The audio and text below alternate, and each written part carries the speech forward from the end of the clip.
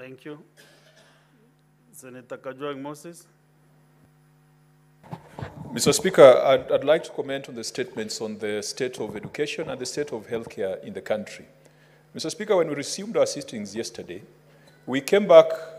During the recess, we lost 21 children at the age of 12 to an unfortunate fire at Endarasha Hillside Academy.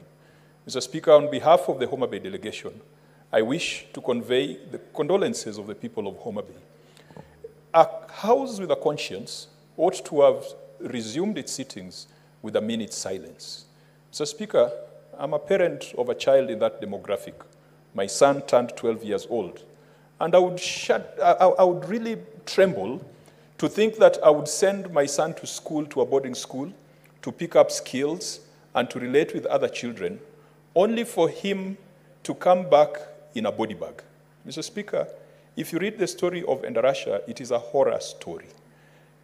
This is one of those things that if our committees were properly resourced, the first business would have been for the relevant committee, be it education or security, to go to Endarasha, to go there and establish the facts. We cannot trust the government to tell the story. We cannot trust the executive to tell the story. And that is why Parliament exists, such that if there is something that has happened in this nation, and Kenyans are very skeptical of the account that the National Executive provides. Mr. Speaker, I want to encourage the relevant committee.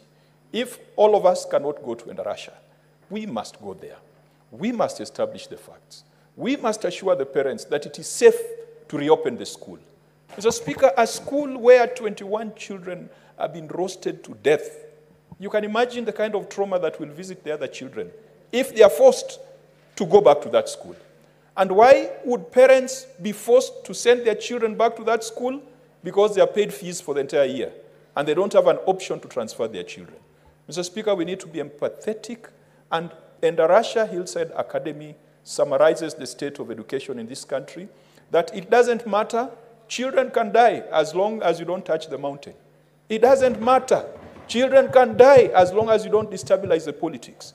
A country that does not put children at the center of its policy and its politics is a country that is dead. Mr. Speaker, this morning, the CS for Labor brought here a redacted summary of Kenyans who have acquired jobs in the recent job-seeking spree that the president has been on.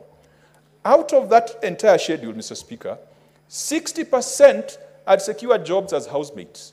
Housemates. We are exporting housemates. We are manufacturing housemates. Mr. Speaker, what kind of education system is that? South Africa, the education system has produced and exported Elon Musk. He's now the richest man in the world. The Indian education system has produced and exported executives of tech companies globally. Kenya has produced and exported housemaids to Saudi Arabia and Qatar. It is a big shame. That is the state of education in this country. Mr. Speaker, I believe that if there is a crisis that we need to deal with today, it is the education crisis that is manifested in strikes at all levels, from primary to secondary to universities. A university funding model that does not make sense, Mr. Speaker. Mr. Speaker, as I conclude on the issue of the state of healthcare, as raised by Senator Mwaruma. Senator Mwaruma, some of these strikes by our doctors, they relate to delays in exchequer releases. But sometimes, the county governments deduct money from staff and they do not remit. And Mr. Speaker, if you allow me just 1 minute to inform Senator Sifuna, who was very hard on CS Mbadi earlier in the morning. It is unfortunate I was not here to provide that information at that point. Mr. Speaker, CS Mbadi, after meeting the president, had an appointment with his tailor. Yesterday, there was a national outcry about the state of his suits and that he had cut his suits, the cloth too big for his size. And Mr. Speaker, if you all observe, CS Mbadi looks emaciated, he looks stressed, he looks fatigued. Mr. Speaker, we should all pray for CS Mbadi so that his suits can fit him again. We donated him when he was in good health. We donated him when his suits could fit him. In only 2 weeks, Mr. Speaker, CS Mbadi, Yes. the suits cannot fit Senator Ngloria. because of the state of the economy. Senator Ngloria, what is your Please point give of us order? back our Mbadi. Mr. Speaker, I am an amateur at this house. My point of order is on 101. And I have been learning through these senators on how to conduct myself in this house, a house of procedure, a house of rules, a house of mature people, Mr. Speaker.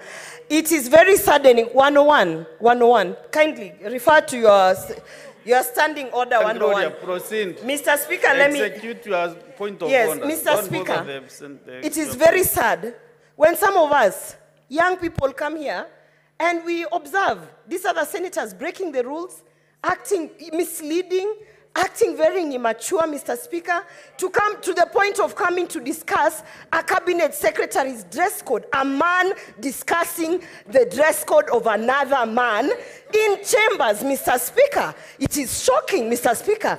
And Mr. Speaker, I want to also say, just allow me to conclude by saying, I wish had Senator Tom Ojen, had Senator Kajwang, if he stood up to tell us that now, after his very extensive point of who we are exporting, Mr. Speaker, and by the way, housemaids are not, kazi ni kazi, Mr. Speaker. All jobs are dignified. I wish that this senator stood and said that the cabinet secretary was busy working and creating more jobs of engineers also, but he has come to discuss the dress code of another man, Mr. Speaker. We need to, first of all, investigate the intention and the interest of Senator Kajwang to discuss and looking at other men and discussing their dress code, Mr. Speaker. That's good enough. Mr. Speaker, it is very strange. As a woman, it is very strange that I come here. He should apologize. As women, we are not complaining. As women who are looking at this cabinet secretary and his dress code, we are not complaining. What is Senator Kajwang looking for in the dress code of our cabinet secretary, Mr. Speaker? He must withdraw and apologize. That is a dignified cabinet. You know, when the chair talks to you, Senator Ngloria, you should just listen and pause. And you did the cracks in front of me. When a chair calls a member, you should just switch off the mic so that they can listen to the message that I want to convey. Next is Senator Chalge.